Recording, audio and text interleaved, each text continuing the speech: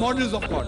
You learn Sanskrit, go back to your scriptures, go back to your Vedas and realize that God is one. Division in Islam is prohibited. We understand the concept of God in Hinduism. Quran is the most positive book. Every day, more than 3,000 fetuses are being aborted in India after they identified that they're females. According to the statistics of 1996, US Department of Justice, 2,713 women are being raped every day. Every 32 seconds, one woman is being raped. I've been raped in US until the time I'm here. Islam has the solutions to the problems of the West.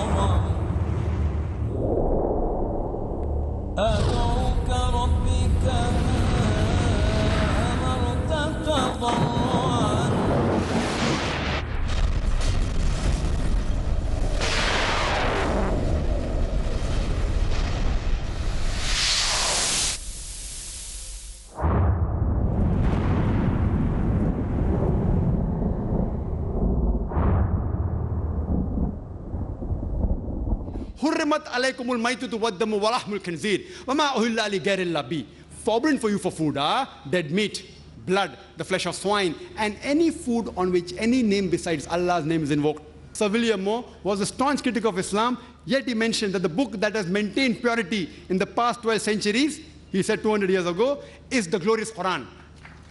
Because it was revealed in a language, Arabic, which is a living language.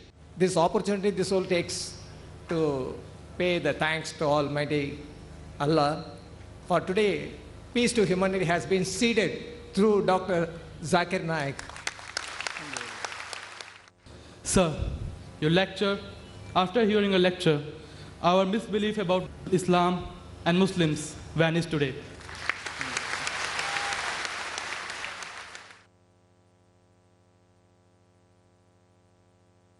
May we have the next question from Brother? Okay. I am Ramagowda from Bangalore. I am an engineer, but publishing a magazine called Shudra Shakti. I do agree with Dr. Zakir Naik as far as his thoughts are concerned, as far as one God is concerned. But Mr. Naik himself said the reformers of Hinduism have given stress on believing Vedas, not on Puranas. If that is so, can we agree with Kalki as an avatara? And second question, I will come with another two questions. If Kalki Purana and your version of Kalki could bring peace with the two religions in India, all right, give lot of publicity to it and try to win over the people. Second thing is, you said you quoted in Vedas, and a friend of mine also posed a question. The Vedas are not allowed to be read by all. It's a fact. Among Hindus, there are 4 Varnas. Except Brahmins, the other 3 Varnas are not allowed to read. Only the Kshatriyas and Vaishyas can hear, but Shudras are never allowed to read Vedas. They had no access to Vedas. So, what is Hinduism? Therefore, can you call? Sure. Can you say that Shudras are also Hindus? Brother, very good question. You said Hindu is a. Excuse me, brother. People belong to certain area. Brother, I do agree. Please ask one question at a time. The brother asked 2 questions. I do agree with the second question. I didn't answer. Not because I did not know the answer. I gave the first answer. Ask one question at a time. You can ask the second question. No problem. I'm here. Okay. My flight is 4:30 in the morning. One question at a time, and it'll be my pleasure. If I don't know, I will tell you I don't know. The brother asked 2 questions, and I gave the first answer. And when I sat down, I realized, no, I forgot. I'm a human being. I'm not a computer. So the second question, after I sat down, I realized I didn't answer. Thank you for reminding. Your main question, first question you said, that the Hindu reformers said don't follow Puranas, only follow Vedas. So why have I quoted Kalki Purana? If I leave it out, what will happen? Brother, towards the end of my talk, I told you very clearly that I have quoted Vedas as well as the other Hindu scriptures. Even if you remove from my talk all the quotation of all the other scriptures besides the Veda, my talk would be the same. I am talking about the last and final messenger, not only from the Puranas, not only from Kalki Purana. I gave so many references from Vedas. I think you didn't hear. If you want, I can repeat it. Do you want me to repeat? Rig Ved, book number 1, hymn number 13, verse number 3. Rig Ved, book number 1, hymn number 18, verse number 9. Rig Ved, book number 1, hymn number 142, verse number 3. Tens and hundreds of quotation only from Veda talking about Prophet Muhammad Sallallahu Alaihi Wasallam. I told you in my talk that even if you remove Kalki Purana, remove Kalki Avatar, yet there is Narashansha, there is Kaurama, there is Abhandhu, in Atharva Ved, in Sam Ved, in Rig Ved, all the 4 Vedas I give, all 4, 100% all 4. Prophecies I mentioned in my talk, only few, limited time. You understand, brother? So even if you remove Kalki Purana, Kalki Avatar, yet there will be peace by only following Vedas. This believes in Ta'ala vila kalmitin sawa'im baina bainakum. Come to common terms, I have been us and you. I know many Hindus respect the Bhagavad Gita, respect Purana, therefore I quoted Purana and Bhagavad Gita. Even if you remove Purana and Bhagavad Gita, there is jihad even in Rig Ved. There is jihad in Rig Ved, and there are many things. So even if you quote Ved, my talk would be, majority would be the same. Hope that answers the question. Now coming to your question, which the other brother posed, that why in Hinduism only certain people are allowed to read the scripture, others aren't. And you're right that Brahmins are allowed to read and Kshatriya are allowed to listen and Shudras are not. Are Shudras Hindus? According to Vedas, Almighty God, He created from His head the Brahmins, the learned class. From His chest, the Kshatriya, the warrior caste. From His thighs or stomach, He created the Vaishyas, the business class. From the feet, He created the Shudras. So this is a caste system which is there in Hinduism, which I don't agree with. Even the reformers, Raja Ram Mohan Roy, he disagrees with. Justice Ranade, he disagrees with it. What Allah says in the Quran, in Surah Hujurat, chapter number 49, verse number 13, Ya ayyuhan nasu inna khalaqnakum min zakrin wa unsa wa ja'alnakum shu'uban wa qaba'ila lita'arafu inna akramakum indallahi atqakum inna Allaha alimun khabir. O humankind, we have created you from a single pair of male and female and have divided you into nations and tribes so that you shall recognize each other, not that you shall despise each other. And the most honor in the sight of Allah subhanahu wa ta'ala is the person who has taqwa. The criteria for judgment is not caste, it's not color, it's not wealth, it's not sex, but it is taqwa. It is God consciousness, it is righteousness, it is piety. Allah says in the Quran in Surah Isra, chapter number 17, verse number 70, وَلَقَدْ كَرَّمْنَا بَنِي آدَمَ. We have honored all the children of Adam. Whether you're born in a Hindu family or Christian family or Muslim family, if you're a Bani Adam, if you're a human being, you have been honored. In Islam, all human beings are equal. The only way you can be superior is by taqwa. It's by God consciousness. It's by piety. It's by righteousness. So I disagree with this concept. What I believe, and there are many scholars who say, this has been incorporated so that the higher class, the Brahmins, could rule.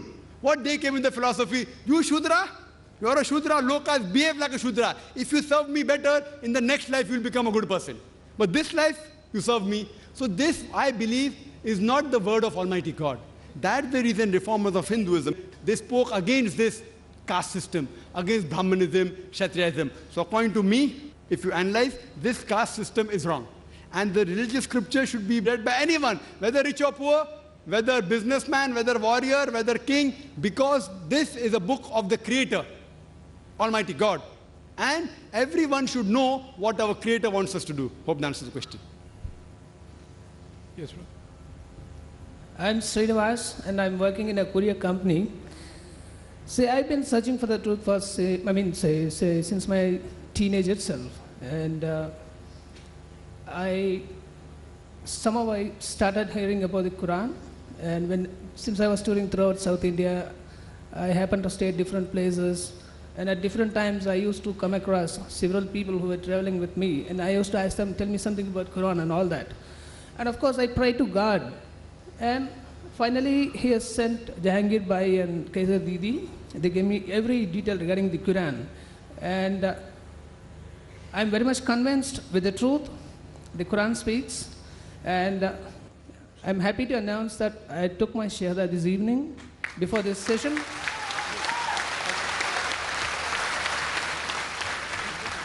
Takbir. in your exhibition hall, and see, I just have a few questions to post to Mr. Zakir Naik. One is, still I do not have a Quran with me. I just hear people reading out Quran, and out of that I just memorize few verses. One of them is Quran 17:40, which says, "Did Allah give you sons and take daughters from the angels? Truly you utter a lie." There is a verse. I didn't understand this, one thing. The second thing is, what is Harur? Harur, the companions of men in the heaven or something, friends, like spirit forms. Or the brother referring to Hur. Sorry. Hur, companion. Yeah, in the heavens. The brother has quoted a verse of the Quran. There's a verse of the Quran. The brother asked a question first. I have to congratulate you, brother. You're most welcome to the region of peace. Thank you.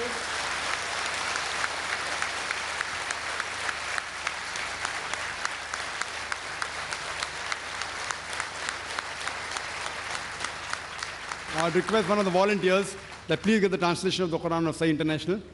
Please get it, yes, inshallah. And ask someone to get the translation of the Quran. Inshallah, I'll gift you a copy of the translation so you can have a translation of the Quran with yourself, inshallah.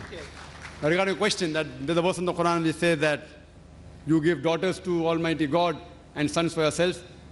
This verse is narrating, as I told you in my talk, that Allah says in the Quran in Surah Ikhlas, chapter 112, verse number 3, Lam yalid wa lam yulad, the begets not, nor is begotten.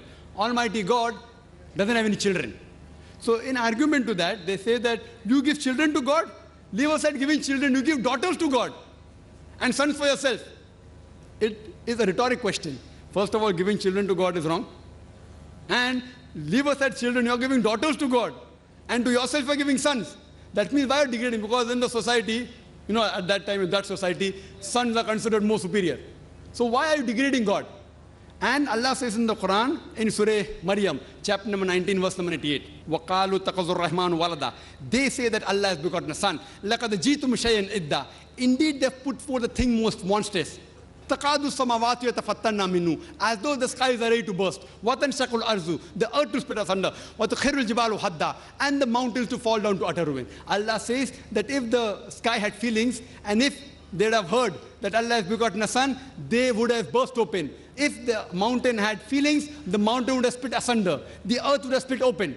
So therefore, to say Allah has begotten a son is the biggest abuse. So these verses, Allah subhanahu wa ta'ala, He uses many things as rhetoric. Allah also says, tell to them, if Allah had the son, I would be the first person to bow down to Him. Rhetoric again, rhetoric. That means if Allah had a son, I would be the first person to bow down, indicating Allah does not have any son. So similarly, this is another rhetoric used in the Quran, that if you say that Allah has got son, you give daughters to Allah and sons to yourselves. So all these verses are indicating that Almighty God does not beget. Neither is He begotten, and He does not beget. Now coming to your second question, about the companions. The word that you mentioned is Hur, and Allah says in several places about Hur, mentioned 4 places in the Quran, in Surah Tur, chapter number 52, in Surah Dukhan, chapter number 44, Surah Rahman, chapter 55, and Surah Waqiah, chapter 56. 4 times the word Hur is mentioned in the Quran. It is talking about the companions in the hereafter. When you go, this life is a test. In the hereafter, if you go to Jannah, your companions, describing that they'll have all big, beautiful eyes, etc. And they'll be ladies. Now the question posed, that in Jannah, if you go to Jannah, if the men will get beautiful women, what will the women get? Men will get beautiful women in Jannah, in paradise. What will the women get? So this question was even asked to Hazrat Aisha, may Allah be pleased with her. So she said that they will get what the heart hasn't desired, what the eye hasn't seen, what the ear hasn't heard. Means even the women, for their companionship in the Jannah, even they will get something what the heart hasn't desired, what the eye hasn't seen, and what the ear hasn't heard. These are description of Jannah. They are giving you the highlights, what's going to happen in Jannah. There will be rivers flowing of milk and honey. If you're a rich person, you can have river of milk flowing beneath your feet. But that milk is different than the milk that we know. The fruits talked about in the Jannah is different than what you know. The who's talked about that is different than the girls that you know. It is nothing compared even to Miss World or Miss Universe. That is far superior.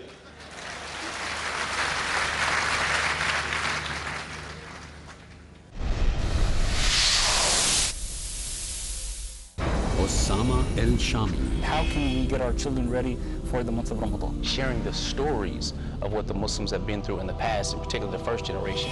Nazir Irfan Al-Mujahid. Make this Ramadan very special to them.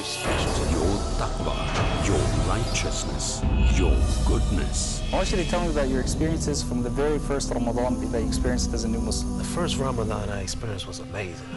Umar Debua. When I embraced Islam, it was like I was prepared. You know, Allah prepared me for something that I had no idea. It was an amazing experience. Beautiful. My dear brothers and sisters in Islam, welcome to our program, The Straight Path. Build your character on the path of the Quran and Sunnah in The Straight Path. Tomorrow at 3 p.m. and repeat telecast at 1 a.m. Saudi Arabia on Peace TV.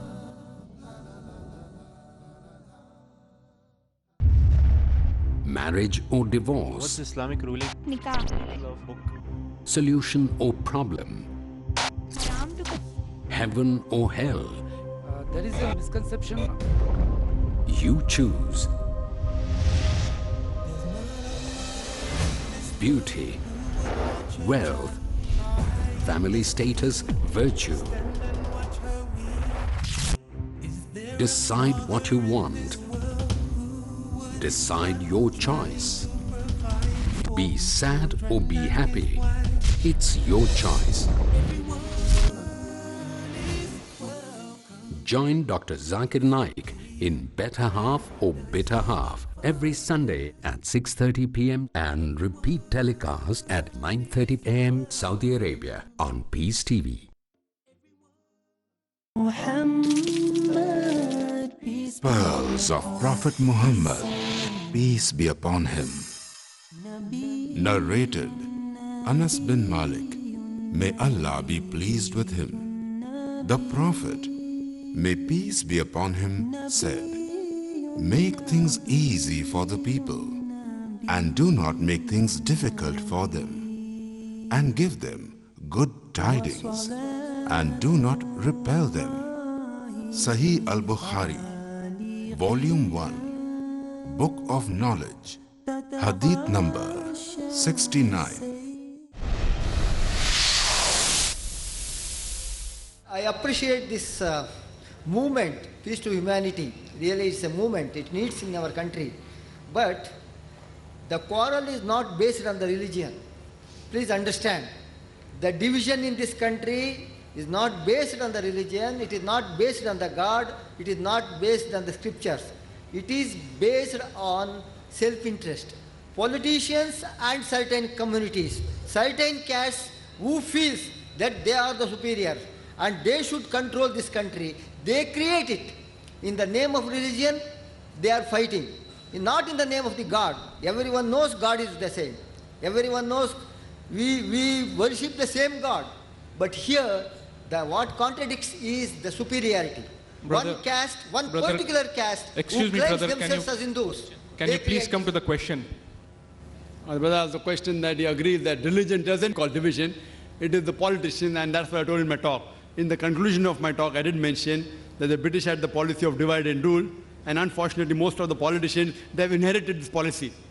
And they get the vote bank by division and rule. So therefore this talk I've told that if all the Indians, the Hindus and the Muslims, if you go back to the scripture, these people are like khutwatu shaitan. Allah says in the Quran in Surah Baqarah chapter 2 verse 168, Ya allazina amanu, oh you believe, do not follow the khutwatu shaitan, the footsteps of the devil. So we get impressed by these politicians, therefore we should go back to our scripture and follow the established truth of the scriptures, then inshallah we will not be deviated from these people and come back. And my request to the politician also, even my request to the politician is that if you try and get the vote bank, by getting to the established truth, you will get a bigger vote bank. Irrespective whether you get a vote bank here or not. In the akhirah, you will get a seat, inshallah, in the next life. May we have the next question from brother at the back. I am Pawan Kumar Sharma. I am a mechanical engineer from Haryana. I have read some verses of Quran in another exhibition hall. On those verses, Messenger of God has told to common people, to common men, that you should come to a mercy of God, Allah. And Allah will bring joy and make your life prosperous. And if you not come to the mercy of Allah, your life will be full of sorrow. I want to know what this here Allah means, whether it is Almighty God or the God followed by only that messenger. And if God is one, then whatever be the religion those tribal people are following, then Almighty God will bring prosperity to those people also. Well, that's a good question. I will just request that the brother who has just accepted Islam, I would like to present to him a copy of the glorious Quran, the translation. I request the brother to come on the top.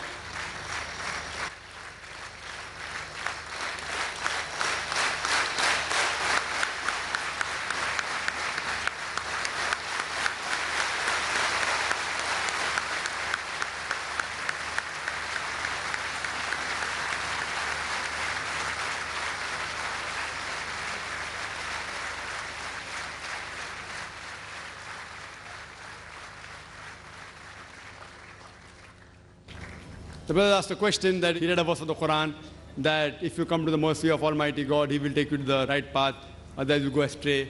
So is he talking about Allah only of that messenger, or this different messenger, different Allah? Brother, as I told in my talk, that Almighty God is only one, but He has sent several messengers, but all the messengers preach the same message. In the Quran, by name 25 messengers are mentioned: Adam, Moses, Abraham, Jesus, Muhammad, peace be upon them all. All the messengers, they preach the same message, that believe in one same God. There is no different God for Hindu and different God for Christian and different God for Muslim. All the human beings have got the same God. What we say in Arabic is Allah. You can give any name to Almighty God, but it should be a good name, it should be a beautiful name, it should not conjure up a mental picture. So here it says that you come to the mercy of God, means that if you follow the guidance of Almighty God, and the guidance is given in the last and final revelation of the Quran, then inshallah you'll be successful. As I mentioned, this life is a test for the hereafter. So all the messengers, whether it be Adam, whether it be Noah, whether it be Abraham, whether it be Moses, whether it be Jesus, whether it be Muhammad, peace be upon them all these messengers, they spoke about the same Almighty God. And they called all the human beings to the same God, not different God. So what we realize, that the message is kept on getting corrupted. The moment the message got corrupted, Almighty God sent a different messenger. Same as Bhagavad Gita, chapter 4, verse number 7. Whenever there's unrighteousness, I come. But who comes? Almighty God sent the messenger. In every age. So here we understand that all the messengers preach the same message. But the previous messages have been corrupted. This is uncorrupted. God says in Surah Hijr, chapter 15, verse 9, I have revealed this Quran and I will guard from corruption. Hope that answers the question. Do we have a non-Muslim sister? Yeah, this question is on behalf of a non-Muslim sister. Okay, sister. Assalamu alaikum. Brother, a non-Muslim sister, she doesn't want to be identified. She says, what is the concept between the similarities in worship between Hindus and Muslims alike, like shaving their heads like the Hindus do in Tirupati and the Muslims do during Hajj, and the Hindus circumambulate the temple and the Muslims do during the Tawaf?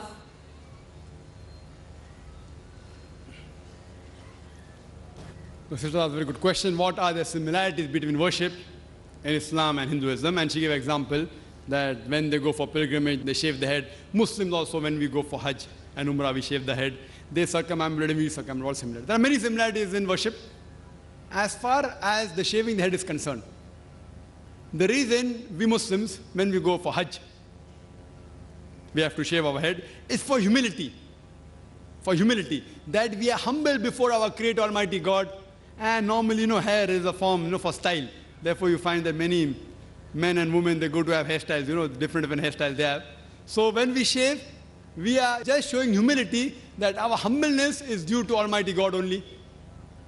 In Hinduism also, they have a similar concept of shaving. For humility, it is matching. Regarding circumambulation, the reason we circumambulate, people object that if Islam is against idol worship, then why do you circumambulate around the Kaaba? Why do you bow down to the Kaaba? Don't you worship the Kaaba? And the Hindus, they circumambulate and when they worship.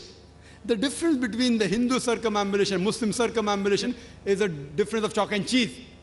We bow down to the Kaaba in a Salah, it is as a sign of direction, it's the Qibla.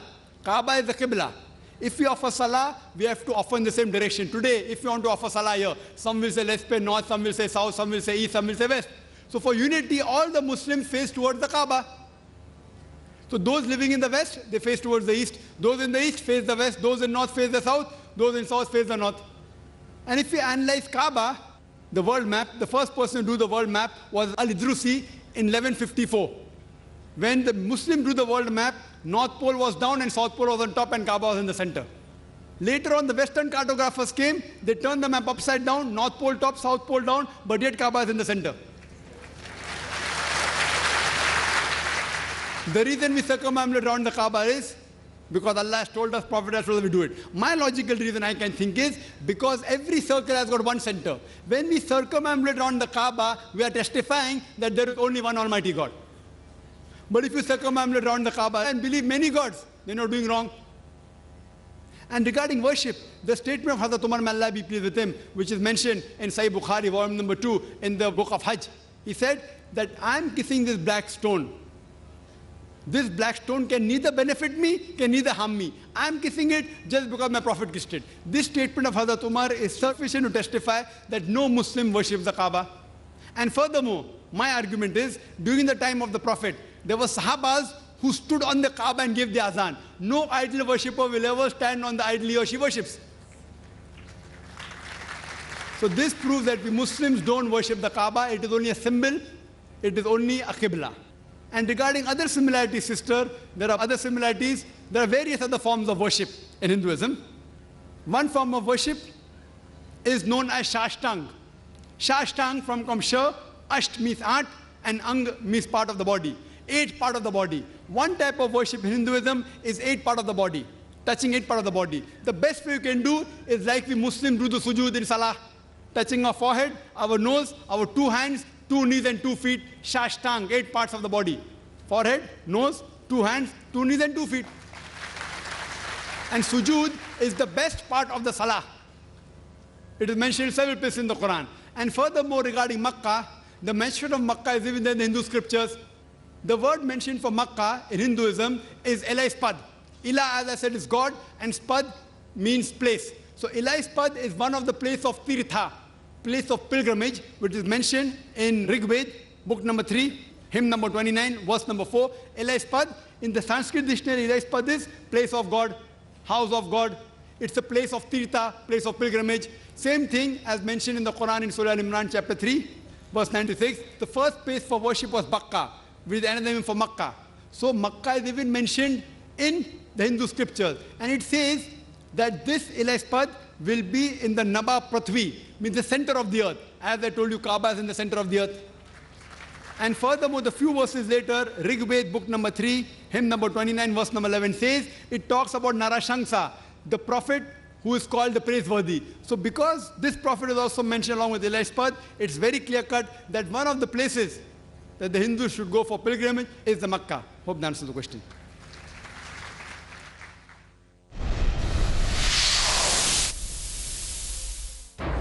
I wanted to share with you some of these ayat of the Quran and some of the ahadith of the Prophet sallallahu alaihi wasallam. Care and affection, guidance and encouragement, dedication and vision, which give us an indication and an instruction, uplifting the horizons of the child in an Islamically sound way, as to how to be good Muslim parents. Muhammad Tim Humble. Welcome to a brand new series, 26 ways to be a good Muslim parent. Imbibe the various qualities of ideal parents essential for their children's upbringing and betterment from 26 ways to be a good Muslim parent. Today at 6 p.m. and repeat telecast at 5:30 a.m. Saudi Arabia on Peace TV. Say indeed my prayer, my sacrifice, my life and my death are all for Allah, sustainer of the world. A dynamic, I challenge any human being to point out a single fundamental of Islam in youthful quest, which is against humanity as a whole. iconic, inspiring, encouraging. Don't judge Islam based on the following. Farik Naik, Judge Islam based on the authentic sources, that's the glorious Quran and the authentic Hadith. son of the world-famous orator on Islam and comparative religion, Dr. Zakir Naik. Allah subhanahu wa ta'ala is giving us an opportunity to do a prophet's job and to earn a prophet's reward. A star above par in Teens Star today at 6:30 p.m. and repeat telecast at 9:30 a.m. Saudi Arabia on Peace TV.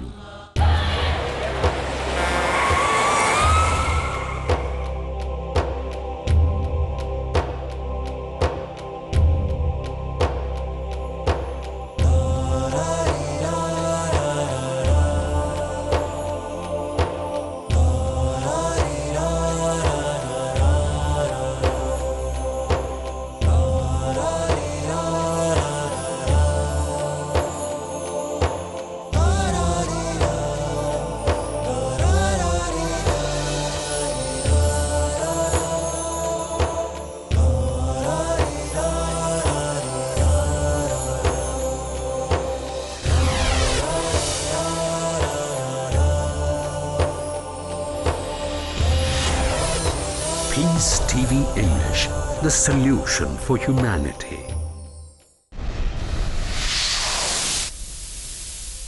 Can we have the next question for brother on my right? I'm Devraj. I'm a metallurgical engineer. I'm working as a senior manager in tractor and farm equipments. Dear brothers and sisters, today is an excellent evening, I can say. It's really an eye-opener to all Hindus.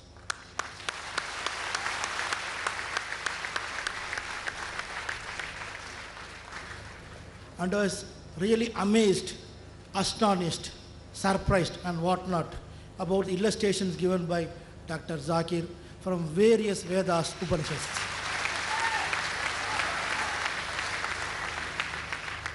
I have to admit, and most of the people here also will admit, it's really a God's gift given to Dr. Zakir.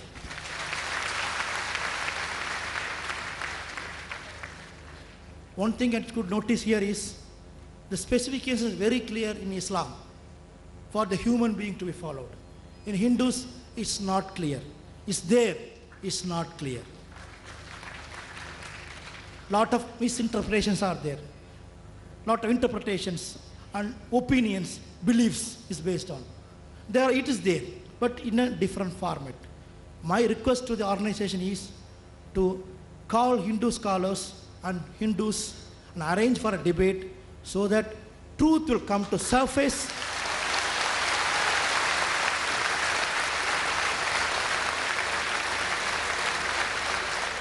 So that Hindus and Muslims can become much closer and closer and be together to be together towards the prosperity and unity and peace for the nation and society. Thank you. The brother has given a very good suggestion and I appreciate him. I do agree with him. It's an eye-opener for many of the Hindus, even for the Muslims. It's an eye-opener even for the Muslims, brother. I'm sure. Is it or not? And the brother has given a very good suggestion that we should call the Hindu scholars and have a debate, I would say rather a dialogue. And that is again based on the verse of the Quran, which I started my talk with, Surah Al-Imran chapter 3 verse 64, which says, "Ta'alaw ila kalmatin sawa'in bayna bainakum." Come to common terms as been assigned you. And that's what I'm doing, brother. I'm traveling different parts of India, different parts of the world, having dialogues with scholars of Christianity, of Hinduism. I'm only a student. I'm not a scholar, I'm a student of comparative religion. And I've had discussion dialogues in Kerala with Hindu priests in Bombay. And now there's a request, inshallah, I'll be going to Bangalore very shortly within a couple of months, that Shri Ravi Shankar, he has requested we should have a common dialogue. And when I've heard of the person, Shri Ravi Shankar, he's of great fame. He has got centers in 40 different countries of true living. And if anyone in Madras, if you can organize, brother, if there's any priest in Madras, we would love to have to come on a common platform and have a dialogue. I was there in Madras and I spoke with Shankaracharya of Kashi when I'd come last time, a few months back. And we had a discussion on the issue of Babri Masjid. Asked him some questions and I gave him some clarification of Kashi. And there's no problem, brother. We love it. We are here to come to common terms. If you can arrange, or any brothers out here, non-Muslim or Muslim brothers can arrange any dialogue, just come to common understanding, but get a person who's knowledgeable. Knowledgeable of high standard, whether Shankaracharya or top priest, so that we can discuss and come to common terms, live harmoniously, build a big Indian nation.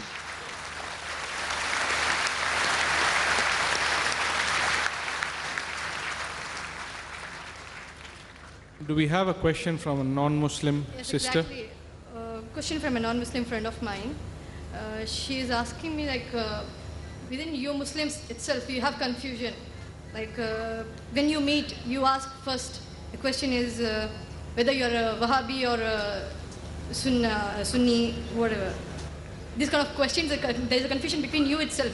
What do you want us to follow? What is that we can exactly come follow and... The sister asked a question that the non-Muslim sister asked. There's a confusion among the Muslims. When you meet, you ask, you are a Wahhabi, or are you Hanafi, or a Shafi, or a Maliki? So there's a confusion amongst the Muslims. So what's the reply? I do agree with the non-Muslim sister that unfortunately many Muslims call different names. But when I tell the Hindus to go back to the Vedas, I tell the Muslims to go back to the Quran.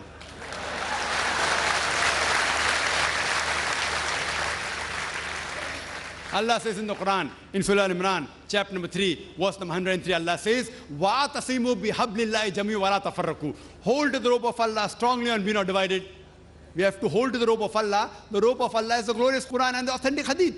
Allah says in the Quran, in Surah Anam, chapter number 6, verse number 159, that anyone who makes division in the religion of Islam, O Prophet, you have nothing to do with him. Making sects, making division in Islam is prohibited. It is haram. But when we ask the Muslims, what are you? Some say I'm a Hanafi, some say I'm a Shafi, some say I'm a Hanbali, some say I'm a Salafi. What was the Prophet? Was the Prophet Hanafi? Was he Shafi? Was he Hanbali? Was he Malaki? What was he? He was a Muslim. Allah says in the Quran, in Surah Al-Imran, chapter number 3, verse number 52, Isa alayhi salam, Jesus Christ, peace be upon him, he was a Muslim. Allah says in the Quran, in Surah Al-Imran, chapter 3, verse 67, that Abraham, peace be upon him, he was a Muslim.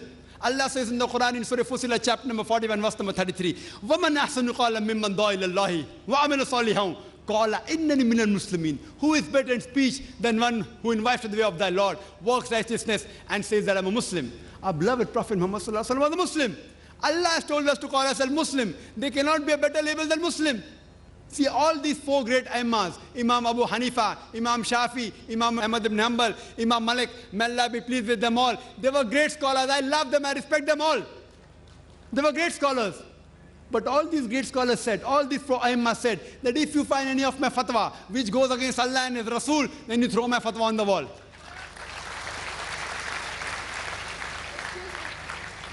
So here if you analyze that all these imams that came, they came not to make a new sect, they came for the people to go back to the original scripture, the Quran, the Sahih Hadith. So what we have to realize, that I know there are people who say that isn't there Hadith in which the Prophet said there will be 73 sects. It's Hadith of Tirmidhi, it's a Sahih Hadith, Hadith number 171. The Prophet said there will be 73 sects. Prophet didn't say you should make. Prophet knew that even though Allah says don't make, you're bound to make. So the best is to go back to Allah and His Rasul. And the best label you can have is call yourself a Muslim. Any scholar, let it be anyone in the world, let him be the biggest scholar of the world. You ask him for proof. Qul hatu burhanakum. Produce your proof if you are truthful. If you are honest, produce your proof. So any scholar, if there's difference of opinion, you ask him for proof. Get the proof, check it up. Therefore, in my talk, I always give references. What I say, what Zakir says is rubbish in Islam. It is zero, nil. Therefore, I say, Zakir doesn't say, Allah says, Qul huwallahu ahad, says Allah one and only. If Zakir says it is rubbish, zero, nil in Islam. If Allah says it carries weight. If the Prophet says it carries weight. So therefore, sisters, Muslims should not be divided. We should call ourselves Muslims and follow the Quran and the Sahih Hadith. Anyone who divides the religion, they are going against the Quran.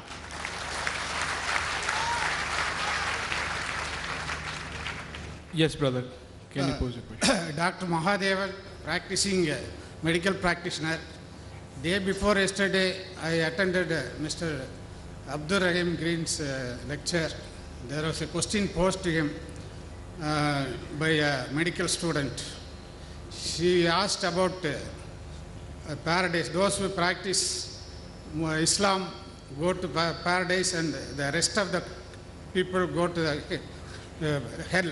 Can you please explain? Thank you. Brother, the questions, those who practice Islam will go to paradise, those who don't practice Islam will go to hell. Regarding the reply that will Muslim go to Jannah and non-Muslim go to hell, brother, the requirement to go to Jannah is given in Surah Al-Asr, chapter number 103, verse number 1 to 3. It says, وَالْأَصْرِ إِنَّ الْإِنسَانَ لَفِي خُسْرٍ إِلَّا الَّذِينَ آمَنُوا وَعَمِلُوا الصَّالِحَاتِ وَتَوَاصَوْا بِالْحَقِّ وَتَوَاصَوْا بِالصَّبْرِ. By the token of time, man is very in a state of loss, except those who have faith, those who have righteous deed, those who exhort people to truth, that is to dawah, and those who exhort people to patience and perseverance. The requirement for any human being to go to Jannah is 4 things. Iman, faith, what I discussed, pillars of Iman, righteous deed, exhorting people to truth, and exhorting people to patience and perseverance. If any one of these 4 is missing, under normal circumstances, you shall not go to Jannah. Only by calling yourself Abdullah, Muhammad, Sultan, Zakir will not take you to Jannah. Just by saying, I am a Muslim, you will not go to Jannah. I said in my talk, Allah says in Surah Ankabut, chapter 29, verse number 2, just by saying you believe, just by saying I am a Mu'min, I am a Muslim, do you think you will go to Jannah? Allah will surely test you. So just by saying I am a Muslim, you will not go to Jannah. A person who practices Islam, Islam comes from the root word salam, which means peace. It also means submitting a will to God. A person who submits a will to God is called a Muslim. So a person who follows the religion or submitting his will to Almighty God is a Muslim. So anyone who submits his will to Almighty God, whatever his name may be, he will go to Jannah. So criteria to go to Jannah is having Iman. In all the pillars I mentioned, Almighty God is there. You have messengers, about the hereafter, about his books, etc. Doing righteous deed and submitting a will to Almighty God. If you submit your will to Almighty God, in Arabic it is called as religion of Islam. But it doesn't mean that if you live in Pakistan or live in Saudi Arabia, you go to Jannah. No. All the people in Saudi Arabia, all in Pakistan, Allah alone knows whether they go to Jannah or not. The person who go to paradise, brother, is one who obeys the commandment of Almighty God. The person who obeys the commandment of Almighty God, and I discussed many in my talk, if you obey these commandments of Almighty God, just by name, calling yourself Muslim or Muhammad or Abdullah, that will not take you to Jannah. It is not compulsory to change your name. The name, Green, is not a Muslim name. So that doesn't mean you want to go to Jannah. We prayed to him that may the brother, inshallah, well, he has reverted. He was a Christian. So the name will not take you to Jannah, your deeds will take you. Believing, your deeds, exhorting people to truth, and exhorting people to patience and perseverance. If your deeds are right, if your Iman is right, and you exhort people to truth and patience and perseverance, inshallah, any human being, he shall go to Jannah. Hope that answers the question.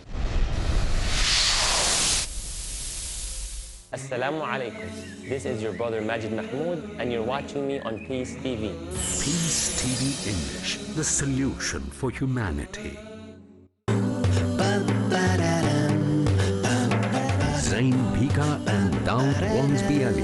Hey kids, time is very precious. This life is a gift from Allah. Utilize this gift for here and hereafter. Enjoy this gift in the light of the Quran and Hadith. Enjoy Islam with us, Zain and Dawood. Enjoying Islam with Zain and Dawood every Monday at 7:30 p.m. and repeat telecast at 10:30 a.m. Saudi Arabia on Peace TV.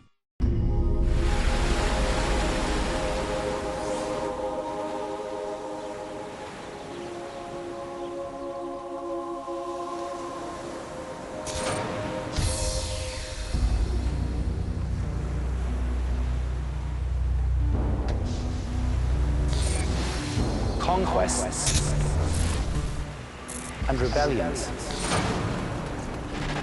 victories and defeats,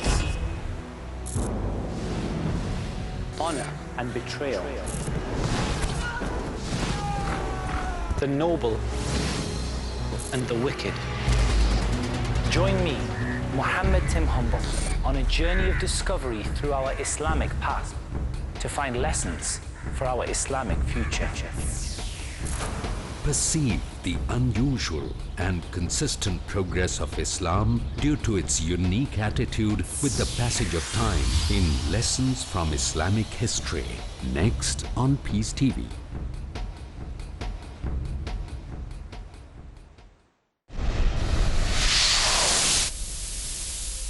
Islam comes from the root word salam, which means peace. It also means submitting a will to God. A person who submits a will to God is called a Muslim. So a person who follows the religion or submitting his will to Almighty God is a Muslim. So anyone who submits his will to Almighty God, whatever his name may be, he will go to Jannah. So criteria to go to Jannah is having Iman. In all the pillars I mentioned, Almighty God is there. You have messengers, about the hereafter, about his books, etc. Doing righteous deed and submitting a will to Almighty God. If you submit a will to Almighty God, in Arabic it is called as religion of Islam. But it doesn't mean that if you live in Pakistan or live in Saudi Arabia, you go to Jannah. No. All the people in Saudi Arabia, all in Pakistan, Allah alone knows whether they go to Jannah or not. The person who go to paradise, brother, is one who obeys the commandment of Almighty God. The person who obeys the commandment of Almighty God, and I discussed many in my talk, if you obey these commandments of Almighty God, just by name, calling yourself Muslim or Muhammad or Abdullah, that will not take you to Jannah. It is not compulsory to change your name. The name, Green, is not a Muslim name. So that doesn't mean you won't go to Jannah. We prayed to him that may the brother, inshallah, well, he has reverted. He was a Christian. So the name will not take you to Jannah, your deeds will take you. Believing, your deeds, exhorting people to truth, and exhorting people to patience and perseverance. If your deeds are right, if your Iman is right, and you exhort people to truth and patience and perseverance, inshallah, any human being, he shall go to Jannah. Hope that answers the question. May we have the next question from brother here. Your name and profession. I am Rajaji, first time New College. And my views are so controversial to him. So, but it is my duty to put my question. He has said that Krishna has married to 16,000 wives. And why can't a Muslim to marry 4 or 5 wives? This shows that you two religions are united in suppressing the human rights. You have said that you may say that women are so attractive, but it's a personal perspective. And if you find so, your views are corrupted and your mind is corrupted. The concept of beauty itself is also changing. Once Cleopatra was beautiful, but it is not so. Now Aishwarya Rai ranks first. And you are also suggested for the original text, but it creates only the fanatics and fundamentalists. When you are convinced to a particular religious ideology, you find no wrong in your crimes. That is the thing which happened in Gujarat, where 2,000 Muslims are murdered in the streets. No God has come, only communists and some Democrats' efforts were there. People are renouncing all the religious values. And for you like persons that it has come to as shock values. Religion is failed and not the people. So please allow the people to free and allow them to join their social movements like communist and Naxalbari movements. That is. The brother, I believe, is a communist. He's asked a very good question. He's saying that if Hinduism allows and Krishna has married 16,108 wives and Islam allows, so Hinduism and Islam is joining in suppressing the women, according to you. According to him, brother, he's saying Cleopatra was beautiful, today she is not. Aishwarya Rai is number one. For you, not for me. So what is beautiful for you may not be beautiful for me. I do agree with you. It is a perspective. I do agree with you. Aishwarya Rai may be number one for you, not for me. So we realize, brother, the concept of difference changes. And I give the example. What is modest in America is not modest here. What is modest here is not modest in America. Who's to decide? I do agree with you. If you think that marrying more than one wife is suppressing the woman, who's going to take care of the millions of women? You? Who will take care? Will your communist movement take care? Allah, in the glorious Quran, gives you the solution to the problems of humankind. The solution doesn't go down your throat. I'm asking you a question today. There are millions and millions of women more than men. Who's going to take care of them? Who? Even if you give them charity every month, that charity will not be sufficient. See, man and woman have been made sexual by nature. Allah says in the Quran, in Surah Rum, chapter number 30, verse 21, He has put love and mercy between their hearts. I am a medical doctor. I am a medical doctor. A woman cannot remain virgin throughout her life. Cannot, it's not possible. What are you going to do? What will happen? They go to prostitution. What will a communism do for them? What is the solution? No solution. Allah gives the solution, our Creator. The solution doesn't go down the throat. So the problem is, brother, that solution is that you give a better solution. Can you think of a better solution? In Islam, it's not compulsory to marry more than one wife. It's not compulsory to marry 4. I don't know of a single Indian Muslim who has got 4 wives. I don't know of any. There are other foreigners Muslim who have got. You have to realize, brother, this is the solution. Everyone cannot marry more than one woman. Everyone cannot. But certain men who can do justice between the wife, Allah has given them permission. If they can do justice, what is troubling you? I don't understand. Where are we suppressing them? We are uplifting them.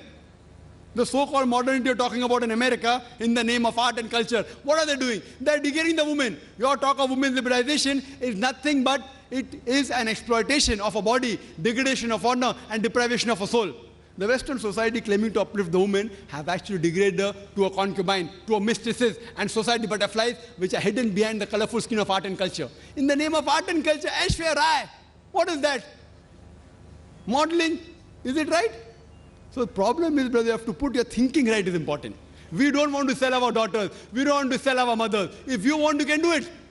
And the famous ad, I'm told, which I gave the example last time, of the BMW. Someone told me, very famous ad. You know BMW car? It's a very famous car. Youngsters go in competition with Mercedes. In the ad, there's a woman standing in a bikini in front of the ad. Test driver now. Who, the girl or the car? What are you doing? In the name of communism, in the name of uplifting the women, you're selling your daughters, you're selling your mothers. We Muslims don't want to do it. We don't want to do it. In America, you can have mistresses, 5, 10, 20, no one can stop you. So in communism, having mistresses is allowed. Having more than one wife, you have to give her rights, you cannot ill-treat her, you have to give her honor, you have to give her property. That doesn't go down your throat. Who's degrading the woman, you or me?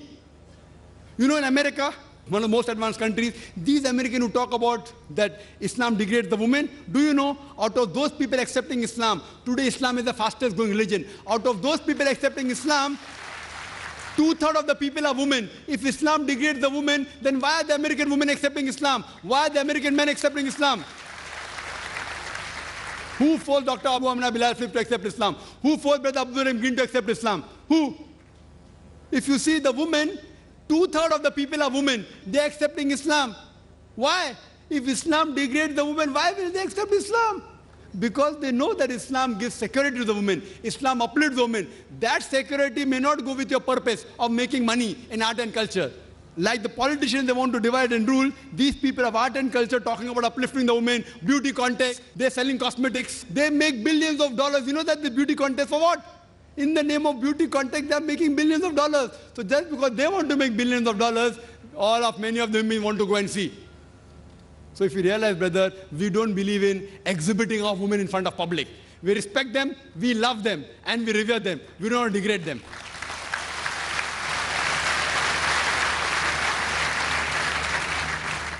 We have a non-Muslim sister. Yeah. The answer that you gave me, your logic and statistics made me think for a while. But I still have a point to be cleared. Probably, at a previous point of time, in those days, men had to go to the battlefield. The only source of income for a family was through men. But now times are changing, and probably in the future, times will still more change, and women might go to the battlefield, and right now women are for jobs, and probably the mortality rate for women might increase too. At that point of time, is it okay to modify and say that there can be just one wife for a man? After all, religion is for mortal creatures like us and not for God. Sister, that's a very good question. At that time in wars, maybe men were dying more, and I agree with her. Now the times of wars have changed. But even today, sister, in the wars, more men are dying. In the Gulf War, more men died. In the Afghanistan War, more men died. In Vietnam War, more men died. But the percentage was much less as compared to the older. I do agree with you. Today, I gave the statistic, more people are dying of cigarette smoking, they are men rather than women. More people dying of alcoholism, more men than women. Accident, more men than women. I do agree with you that now women started going to the battlefield. And in America, when I was there in USA, just a few years back, they started a women section. Women going, and the big section of women joining the military. Do you know the president of America at that time? It was Bill Clinton, I think Bill Clinton. He had to apologize in the parliament. 96 women were raped by the superior. He had to apologize in the parliament. Majority of the women that take part in this battlefield, they are raped by the superior. When you have shoulder to shoulder going to war, what will happen? See, this is statistics. Sister, this is statistics of America. The problem, I do agree with you. Sister, I do agree with your question. Your question are innocent because you don't know the statistics. Do you know the statistics? I do agree women are going for a job. In America, do you know, in America, every day, according to the statistics of 1996, US Department of Justice, 2,713 women are being raped every day. Every 32 seconds, one woman is being raped. We are here in this auditorium for the past 3 hours. For the past 3 hours, more than 300 women may have been raped in US till the time I am here. Why? Islam is not against women working. Islam is not against women working, but it is the duty of the man to be the bread earner. They can work, but it should be a modest work. It should not be modeling, dancing, singing, or intermingling with the gents. Working is allowed, sister, but if you do those work which are immodest, there are high chances that you may be degraded, there may be immorality. Yes, sister, you have some comments? I'm not talking about any, degrading the modesty of a woman kind of jobs. I'm talking about modest jobs, say driving itself. There are, the number of women drivers in the world are increasing. What at one point of time, let's say of a hypothetical situation, at one point of time, the number of women drivers in the world increase and the mortality rate of women increase. At that point of time, is it okay for us to accept a religion and say that a man can have just one wife? I'm not just talking about this particular aspect of any religion alone. Any aspect of religion. Is it okay to modify religion as times are changing? This is a very good question. That can we modify religion as times are changing? If the religion is not perfect, it requires a modification. If the religion is perfect, no modification is required. So if the religion has a problem, therefore I told you, point out a single fault. You're talking hypothetically. Hypothetically, after 100 years, if women start diving, if women die, if women population becomes less, if. Sister, our Creator Almighty God knows the future. You and I don't know. He knows the future. He said a man is permitted to have more than one wife. Not compulsory, even if I agree with you. Even if I agree the women population becomes same, it's not compulsory for a Muslim to have more than one wife. I have got only one wife, sister. I have got one wife only, and I'm satisfied with her. I don't intend marrying more. There's no problem. If someone can do it, there's no problem at all. Want to marry, marry. Don't want to marry, don't marry. But if you marry, you should do justice between a wife. So sister, our Almighty God, Creator, He knows about the future. Suppose doctor says don't have cyanide. But if the cyanide doesn't harm me and if I have it, hypothetical, the doctor knows. But a doctor is a human being, can make mistake. Almighty God is the biggest doctor of everything.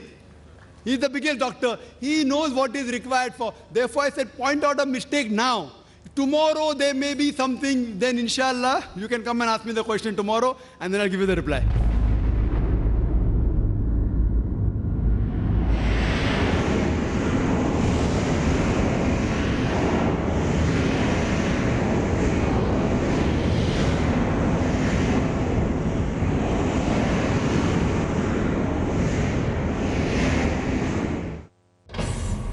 Many people